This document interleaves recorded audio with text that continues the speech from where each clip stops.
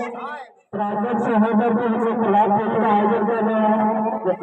ये स्वतंत्रता दिवस है 80 वर्ष इसके उपलक्ष्य में आयोजन हो रहा है और सभी बच्चे करे मगर किसी का माइंड जो है दूसरा नहीं चाहिए।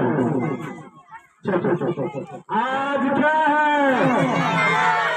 है स्वतंत्रता दिवस मनाइए,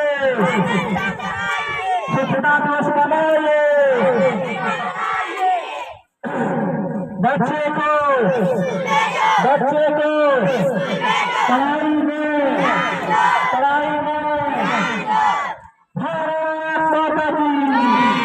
भारत माता की जय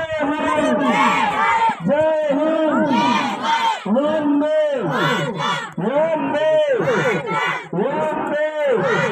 जय जवान,